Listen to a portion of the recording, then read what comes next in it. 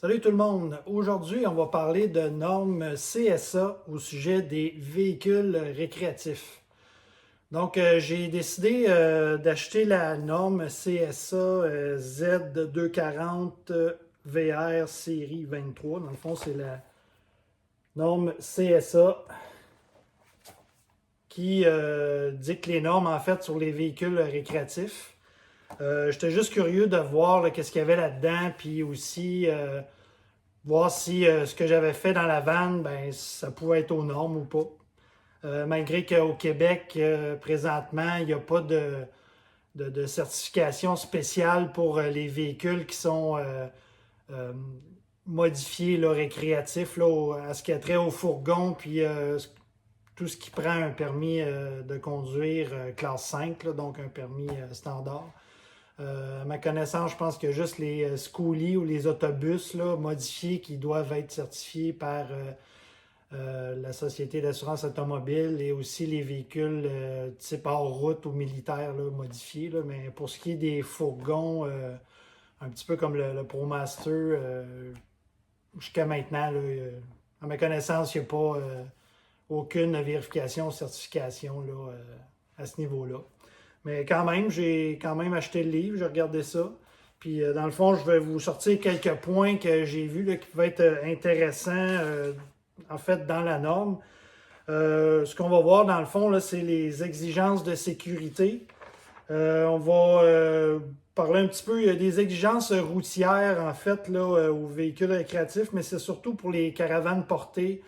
Donc je vais passer ça, là, les exigences de plomberie. Je ne parlerai pas non plus des exigences qui sont liées aux appareils de propane parce que ben j'en ai pas de propane dans la vanne. Puis je pense que c'est la nouvelle tendance en fait, c'est de ne pas en avoir là, si possible. De toute façon, ça doit être fait par des professionnels, donc ils sont supposés savoir ce qu'ils font. Euh, sinon, on va regarder les exigences électriques. Fait que c'est pas mal tout ce qu'il y a dans la norme. En fait, ce qu'il faut savoir aussi, c'est que ces normes-là, ils sont faits en collaboration avec un comité technique. En fait, ce sont des gens là, qui sont consultés pour faire la norme. Donc, il y a toutes sortes de choses assez intéressantes. Dans le fond, des gens ont des intérêts divers, en fait, là, pour cette norme-là, dont des compagnies ou des magazines. Je suis étonné de voir le RV Lifestyle Magazine, il y a quelqu'un qui représente ce magazine-là. Il y a Thor Industries aux États-Unis. Il y a Forest River, encore aux États-Unis. Il y a des fournisseurs aussi comme GoPower, fournisseur fabricant. QAI Laboratory, c'est en Colombie-Britannique, donc c'est un membre non votant, mais qui ont quand même consulté.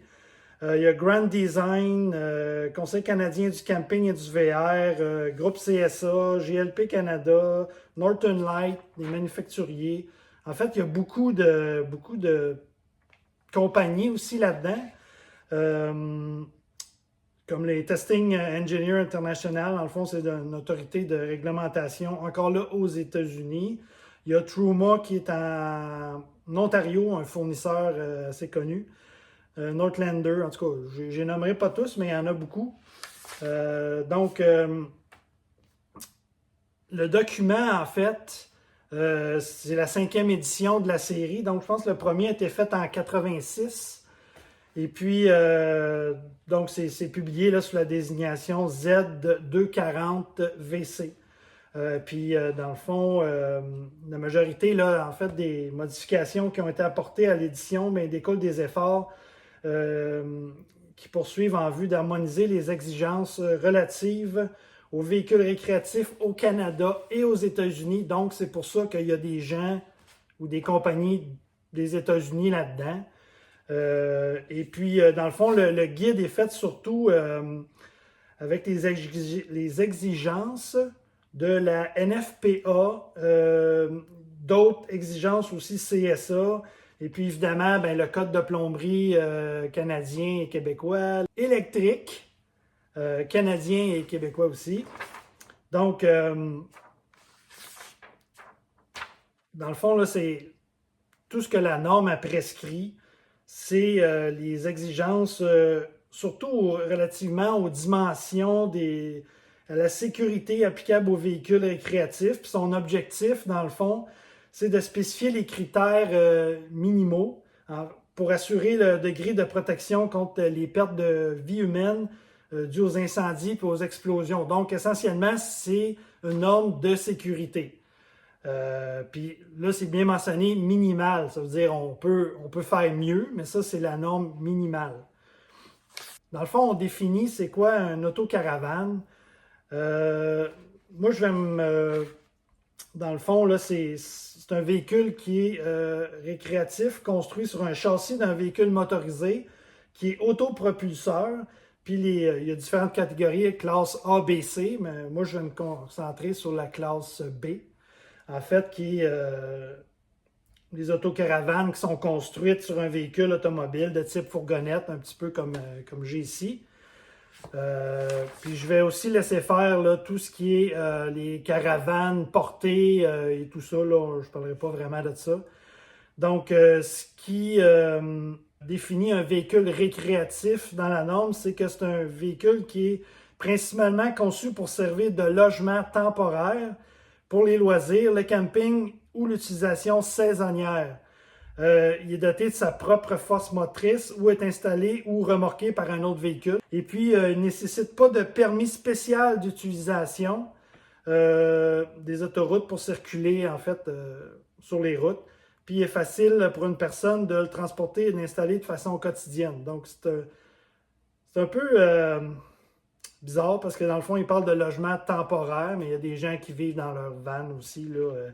Puis l'utilisation saisonnière, il y en a qui utilisent ça à l'année, mais dans le fond, bref, c'est étrange, mais en tout cas. Donc, au sujet des exigences de sécurité pour les véhicules récréatifs, dans le fond, ce que ça dit, c'est qu'il faut que ce soit conforme au Code canadien de l'électricité, dans le fond, toute l'électricité qu'il y a dans la vanne. Ce qui est important aussi de savoir, c'est que les véhicules, au niveau des issues de sécurité, dans le fond, les issues de secours, c'est que les véhicules doivent comporter au moins deux issues de sortie, une principale puis une secondaire.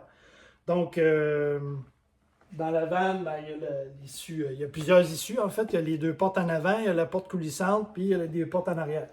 Donc, je pense que là-dessus, c'est correct. Ça, c'est surtout, je pense, pour les caravanes où on doit avoir des fenêtres à l'arrière, par exemple, qui ouvrent d'une certaine grandeur pour pouvoir sortir. Toujours au niveau de la sécurité, en fait, on doit avoir un extincteur portable.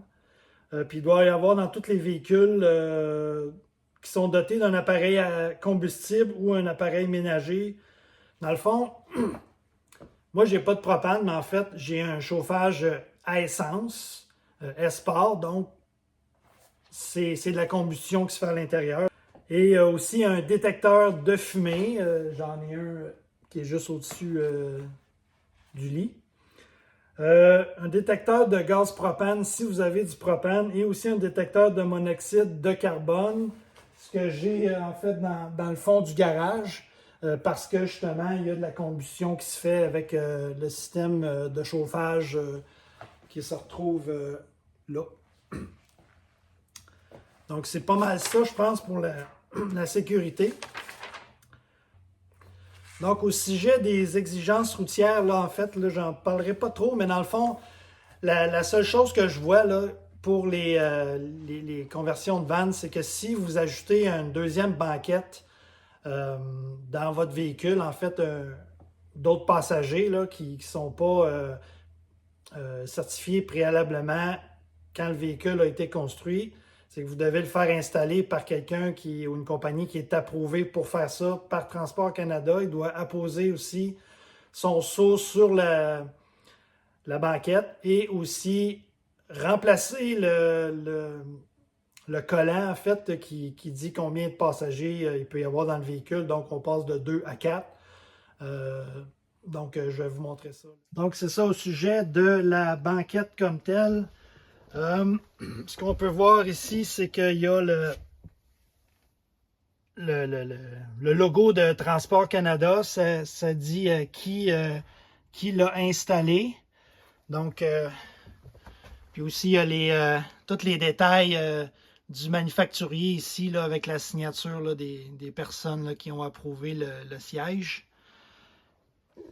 Et aussi, dans la portière du conducteur, on doit avoir le nouveau collant qui est apposé, qui dit que c'est rendu un véhicule avec total de 4 passagers. OK, donc les exigences au niveau de la plomberie, en fait, ce que ça dit, c'est que, encore là, c'est des exigences minimales. Et puis, ça énumère en fait les normes là, qui sont relatives aux matériaux, puis à une installation de plomberie là, dans le véhicule. Et puis, en fait, ça doit être fait aussi là, selon les normes de plomberie. Donc, spécifiquement, là, il y a beaucoup de choses là-dedans. Puis, dans le fond, ce que ça dit, c'est que il y a une norme au niveau de l'accès, en fait. C'est que les appareils sanitaires doivent être situés et installés de façon à avoir un accès facile pour le nettoyage et la réparation. Il y a aussi le raccordement dissimulé. Donc, les raccords doivent être pourvus de panneaux d'accès de dimension adéquate, non obstrués et doivent être facilement accessibles pour l'inspection et la réparation. Donc, c'est pour ça que j'ai vraiment laissé toute la plomberie, en fait, assez accessible. Même ici, là, dans le fond, pour la pompe et tout ça, j'aurais pu mettre une porte puis fermer ça. Là, ça aurait été peut-être plus esthétique, mais moi, je vais avoir un visuel sur toutes les connexions, en fait, voir s'il y a quelque chose qui coule. Donc ça, c'est plus facile à voir là, parce que je viens souvent dans le garage chercher des choses. Même chose ici, là, s'il y a quelque chose qui coule, en fait, toutes les jonctions, tous les raccords sont ici, sont accessibles. Même chose en dessous de l'évier en avant, là, tout est accessible. Donc, ce que ça dit aussi, c'est que la tuyauterie du système de plomberie doit être installée sans contrainte ni tension excessive. Et puis, donc, c'est dû à la dilatation. Dans le fond, si, comme quand c'est fait une structure en bois, ça peut se dilater un petit peu avec les changements de température, l'humidité. Donc, aussi, même chose, le support de la tuyauterie, ça doit être supporté là, par, en fait, des briquettes là, pour tenir ça comme il faut. C'est ça, dans le fond, c'est que la tuyauterie doit être assujettie à la structure au moyen de crochets puis de colliers de support. Dans le fond, c'est ce que j'ai fait là-bas. Il y a juste peut-être les tuyaux de la douche là, qui sont un petit peu lousses, là, que j'ai pas fixés. Les éviers, les cuves et les lavabos à compartiments multiples ou installés en série, ils peuvent être accordés à un seul siphon. Donc, moi, ce que j'ai fait ici, en fait, pour l'évier, en fait, là, il n'y a pas de siphon en S. C'est vraiment là, un siphon qui est fait avec une membrane. Dans le fond, c'est qu'il n'y a pas d'eau dedans. L'eau circule, puis elle s'en va, mais elle ne peut pas revenir. Ici, j'ai mis ici un évent sur la colonne. Ça, c'est un évent, en fait, qui aide aussi pour que l'eau puisse aller dans le réservoir qui est juste en dessous. Ça puisse aller plus facilement. Et puis, en fait, si l'eau viendrait qu'à monter, ben ça ne peut pas sortir par ici, là, parce qu'il y a comme une membrane là-dedans là, qui bloque ça. Puis de toute façon, ce serait presque impossible parce que j'ai mis un trop-plein en dessous. Là. Mon réservoir ne peut pas venir plus plein qu'il l'est déjà. Là. Donc, voilà. Donc, ce qui est mentionné aussi dans la norme, c'est que en fait, le diamètre nominal du siphon doit être là, de 1,25 pouce lorsqu'il est raccordé à un seul appareil. Puis, il n'y a aucun siphon qui doit avoir un diamètre supérieur à celui du tuyau d'évacuation auquel il est raccordé. Donc, au sujet de la protection des tuyauteries exposées, en fait, là, c'est comme la tuyauterie qui est exposée en dessous du véhicule. Ils disent que les crochets et les supports exposés aux intempéries, à l'eau, à la boue ou à l'endommagement dû à l'état des routes ou susceptibles d'être endommagés par des éléments doivent être peints, revêtus, enveloppés ou autrement protégés de la détérioration. Dans le fond, au niveau du réseau de distribution d'eau, c'est écrit que l'évacuation doit se faire par gravité. Et puis, le réseau de distribution devrait être installé de façon à permettre l'évacuation de l'eau au complet des réservoirs d'eau avant la préparation hivernale. Donc, moi, c'est ça, ce que j'ai fait, c'est que, en fait, mon réservoir d'eau est en dessous, puis j'ai un tuyau qui passe, puis qui s'en vient jusqu'ici. Puis là, j'ai une valve, en fait, qui est branché à un tuyau qui va en dessous du véhicule. Puis ça me permet de domper l'eau, l'eau potable qui reste dans le réservoir directement par terre. OK. Je l'ai mis comme ça parce que le véhicule, en fait, il penche naturellement vers l'avant. Et puis, à ce moment-là, ça évacue plus facilement. Bon, ben imaginez-vous qu'il y a même une norme sur l'emplacement de l'entrée d'eau. Donc, ça dit que le branchement de l'entrée d'eau doit être installé du côté gauche vers l'arrière du véhicule ou à l'arrière du véhicule à moins de 18 pouces de la paroi extérieure. Donc, côté gauche, ben, en tout cas, moi, il est du côté droit. Donc, bref. Ce que ça dit également, c'est que les chauffe-eau doivent être munis d'une soupape de décharge et un dispositif limiteur de température. Et puis donc, c'est ça qu'il y a là, dans le fond, où est-ce que le petit sticker jaune, c'est la soupape, en fait, qui est branchée sur le tuyau qu'il y a ici. Et puis, ce que ça dit également, c'est que la soupape doit être accordée au tuyau de vidange dont les dimensions sont égales à celui du tuyau de raccordement de la soupape et doit se prolonger à l'extérieur. Donc, moi, par contre, je n'ai pas fait ça. J'ai mis présentement le tuyau comme ça à l'intérieur parce que je pensais le mettre sur le tuyau, le même renvoi que la douche, mais je ne l'ai pas fait encore. Donc, aussi, on parle d'orifice de vidange. Donc, l'emplacement de l'orifice de vidange des eaux, il doit avoir un seul orifice, dans le fond. Fait que moi, j'ai deux réservoirs en dessous, mais ils sont branchés juste à, en fait, une seule ligne qui vient se vidanger ici. Et puis aussi, il doit être situé du côté gauche du véhicule. Donc, pour ça, je l'ai, c'est correct, il est du côté gauche.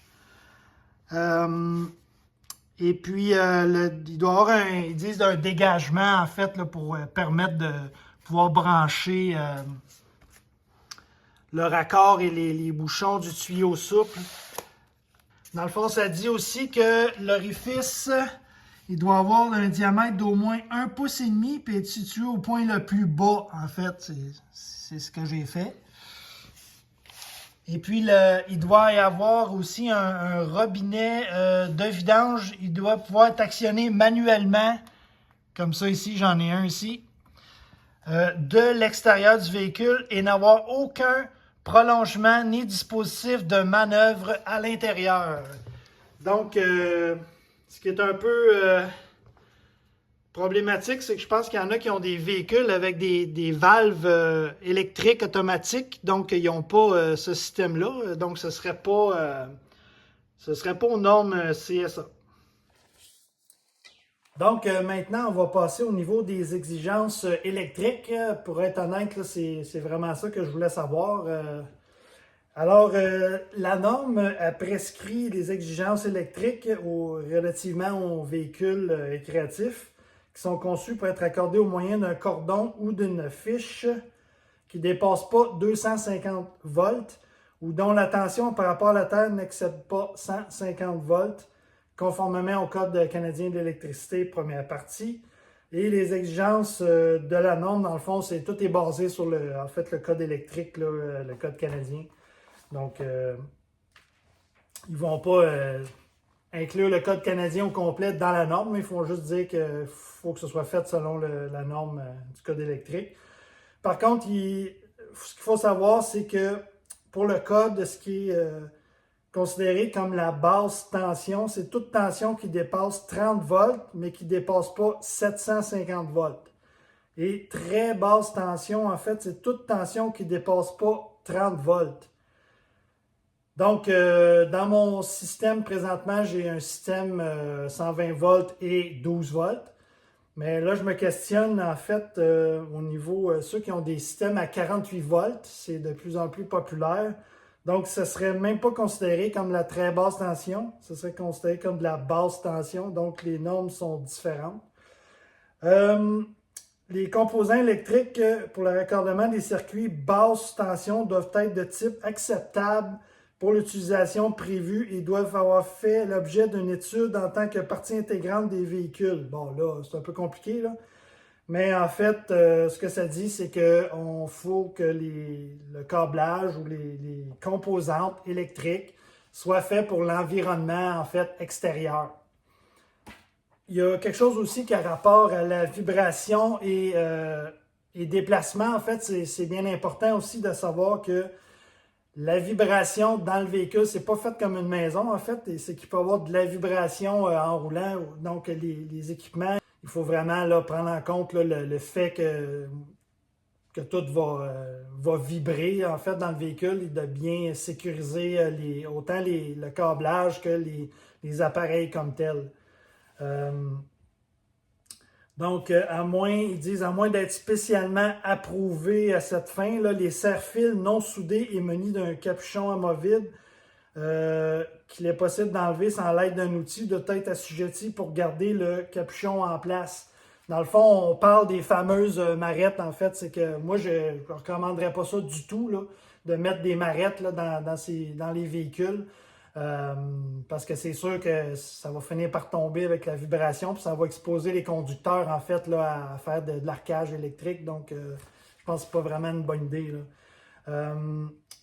Ce que ça dit aussi au niveau du point d'entrée du cordon d'alimentation, ils disent que ça doit être du côté gauche, en fait, du côté route. Fait que, ça c'est dans le fond.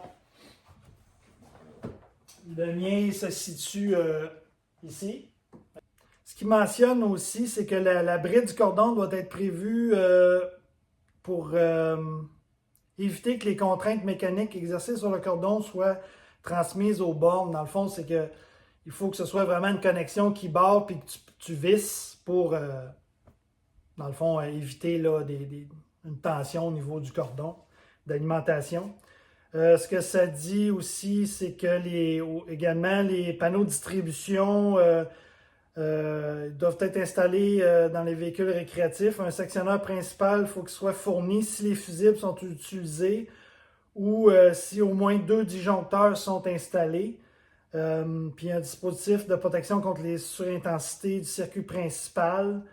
C'est un peu compliqué, là, mais dans le fond, c'est qu'ils ne veulent pas que la personne installe une prise de courant sans avoir un mécanisme de protection, en fait, qui sortirait directement là, de l'inverseur. Donc, ça prend des disjoncteurs, en fait, pour chaque ligne de circuit. Ce que ça dit aussi pour les panneaux électriques. Donc, ce que ça dit, c'est que l'emplacement des panneaux il doit être installé dans un endroit facilement accessible, installé dans un compartiment où il n'y a pas de risque de condensation ni de contact direct avec un fluide. Donc, c'est pour ça que j'ai en fait installé le panneau électrique de ce côté-là et non pas du côté des équipements de plomberie. Donc, il n'y a pas de risque comme tel. Et puis, il faut aussi qu'il y ait un panneau, en fait, qui recouvre les disjoncteurs pour être sûr que si jamais il y a une éclaboussure, ben, ça ne va pas aller directement là, sur les disjoncteurs et les fusibles à 12 volts. Donc, dans la norme aussi, c'est mentionné que les surfaces sur lesquelles reposent, en fait, les conducteurs doivent être lisses et exempts d'arêtes vives. Donc, on ne doit pas avoir de... Ici, ça, c'est un boîtier de plastique, mais s'il y avait un arête vive en métal, c'est qu'il pourrait frotter dessus. Là, ça pourrait endommager le conducteur. Donc, il faut s'assurer qu'il n'y ait pas de bavure qui soit susceptible de causer l'abrasion de l'isolant des conducteurs. Il y a aussi, en fait, tout ce qui a rapport à l'air chaud, en fait, le conduit d'air chaud, ça en fait, c'est la prise d'air, mais il y a un conduit qui s'en va dans le véhicule pour être sûr aussi de ne pas mettre de fil près des conduits d'air chaud. Donc, il faut que ce soit au moins à 1 pouce minimum là, du tuyau d'air chaud. Donc, au niveau du câblage très basse tension, là, ce que ça dit dans la norme, c'est que le câblage doit être approuvé pour l'utilisation prévue. Donc, ils disent que tous les conducteurs isolés utilisés pour le câblage des conduits très basse tension et d'éclairage doivent être de type approuvé en cuivre et de grosseur non inférieure à 18 AWG. C'est la même chose là, pour les conducteurs de très basse tension. Ils demandent une protection des conducteurs, en fait, protégés contre l'endommagement. Aussi, accessibilité au raccordement. En fait, on ne doit pas mettre des raccords dissimulés dans des endroits qui sont non accessibles. Et on doit protéger les joints de câblage et les raccordements aux bornes. Donc, les joints de câbles qui ne sont pas sertis ni soudés, les raccordements des bornes serre-fil doivent être protégés par une boîte ou une autre enveloppe appropriée.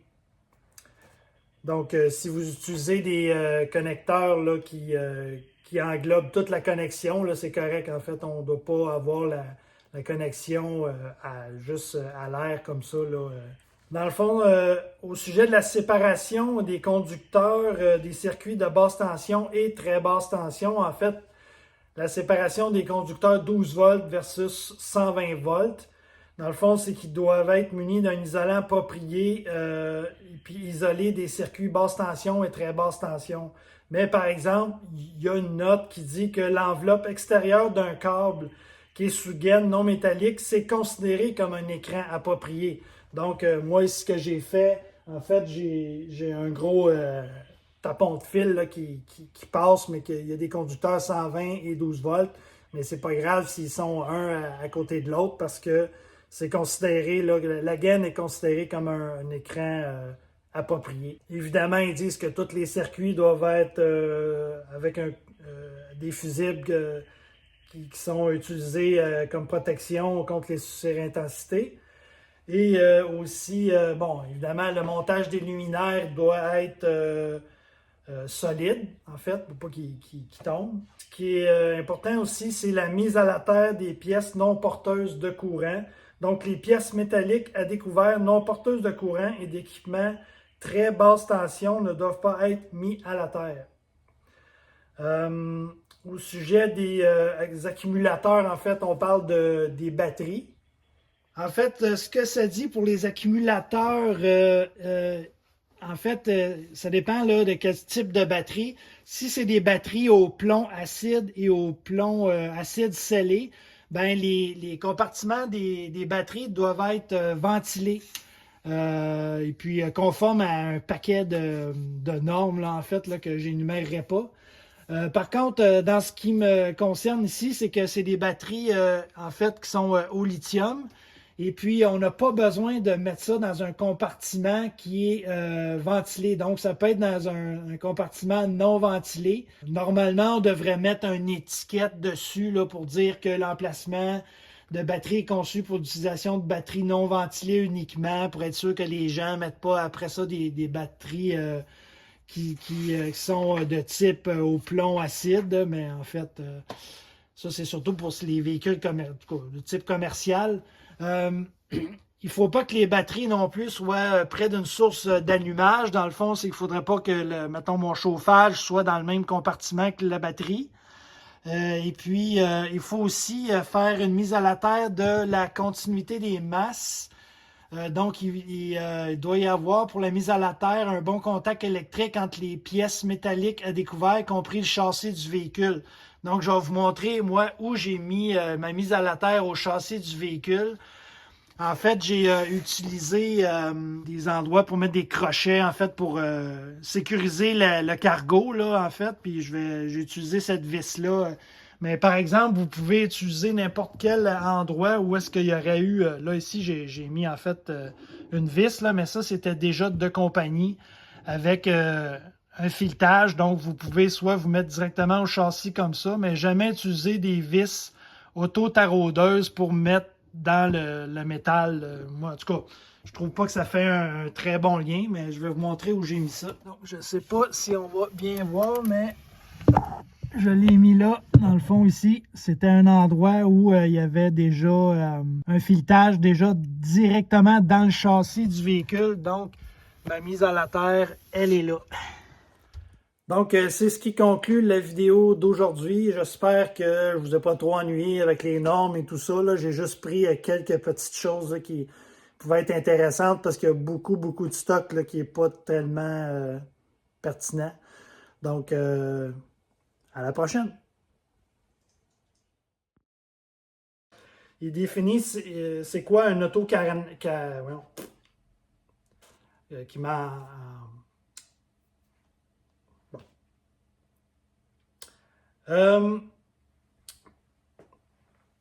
Donc,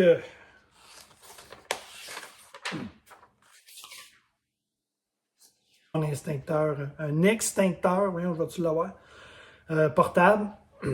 Ils disent aussi que, bon, c'est ça.